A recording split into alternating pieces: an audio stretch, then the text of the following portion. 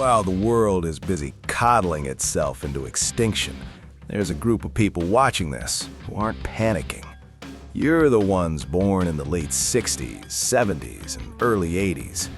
To a modern social worker, your childhood looks like a case study in criminal neglect. To me, it looks like the most elite survival training program ever devised by accident. If society craters tomorrow, the only people still standing will be the ones whose childhood looked like Lord of the Flies with better snacks, while others will be busy filing mental health claims with an HR department that's already been scavenged. You'll just be reverting to your factory settings. Modern kids are GPS tracked, scheduled, and supervised by helicopter parents until they're 30. Our childhood was different. We were latchkey kids, 7-year-olds with a house key on a dirty string around our necks and a mandate to vanish until the streetlights came on. This wasn't just playing, it was the development of autonomous executive function. When we told our mothers we were bored, they didn't hand us an iPad. They handed us a threat. Find something to do, or I'll find a chore for you. So we learned to generate purpose from a vacuum. We built fortresses from construction site trash and negotiated complex social hierarchies in the woods with nothing but a stick and a sense of spite. While others wait for instructions, you're already improvising a solution from absolute zero. While today's urban survivors are getting explosive diarrhea from a latte with the wrong kind of coconut milk, we possess a gut microbiome forged in the fires of hell. Our hydration didn't come from a BPA-free bottle. It came from a garden hose that tasted like sun-baked rubber and heavy metals.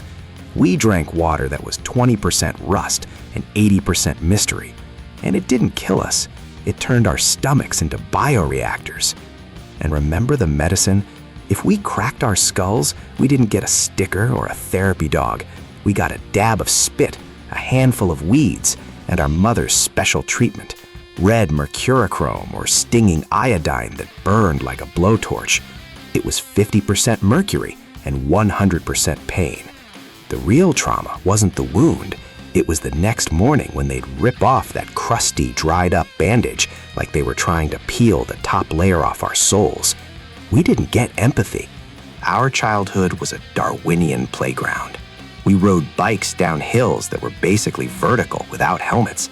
We launched ourselves off ramps engineered by children who thought physics was a type of soda. We played with fire, threw rocks for sport, and learned the hard way that gravity doesn't care about your feelings.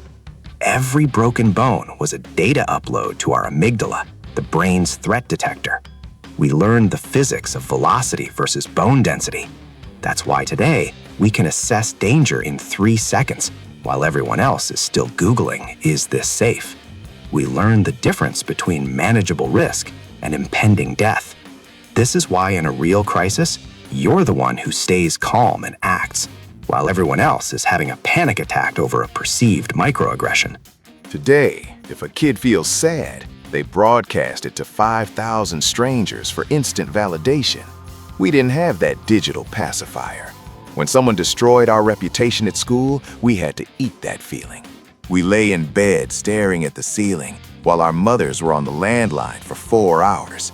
We sat in the dark with our rage and our shame until, miraculously, the feeling passed. We learned that emotions are temporary chemical storms, not permanent identities.